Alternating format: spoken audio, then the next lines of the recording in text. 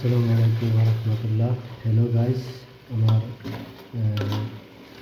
Facebook পেজের যত friend follower আছেন দেখেন, পেঁয়াজ দিলাম, টমেটো দিলাম, কাঁচামরিচ দিলাম, তারপরে হলদি দিলাম, একটু ফাঁকি মরিচ দিলাম, তারপরে মিক্স মশলা দিলাম।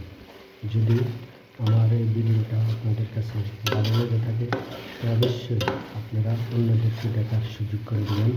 ইনশাল্লাহ আজকের থেকে আবার আপনাদের মাঝে প্রতিনিয়ত ভিডিও দিয়ে যেতে পারবো ইনশাল্লাহ, যদি আল্লাহ দয়া করে আর আপনাদের ভালোবাসা থাকে ইনশাল্লাহ। তো দেখেন, আমি এই ব্লগটা তৈরি করলাম, এটা এখন মশলার কষানোর জন্য ভিডিও দিলাম, লবণ দিলাম, সব কিছু দিলাম।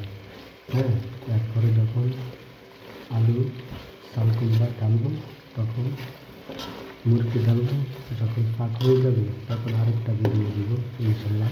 সবাই দেখতে থাকবেন এবং অন্যদেরকে দেখার সুযোগ করে দেবেন।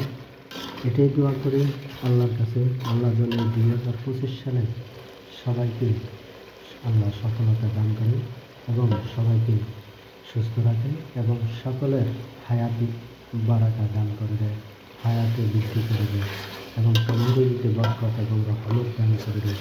আমার মতন মানুষটাকে যেন আল্লাহ হেদায়েত নসিব দান করে, আমি যেন বেশি বেশি আল্লাহর প্রশংসা এবং আল্লাহর হুকুম আদায় করতে পারি, আমি যেন অপর ভাই বন্ধুকে ইসলামের দাওয়াত দিতে পারি, কালেমার দাওয়াত দিতে পারি।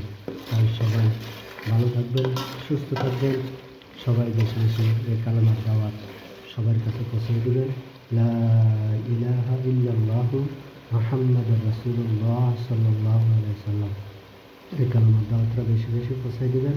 সবাই ভালো থাকবেন, সুস্থ থাকবেন। আল্লাহ হাফেজ। বাংলাদেশ জিন্দাবাদ।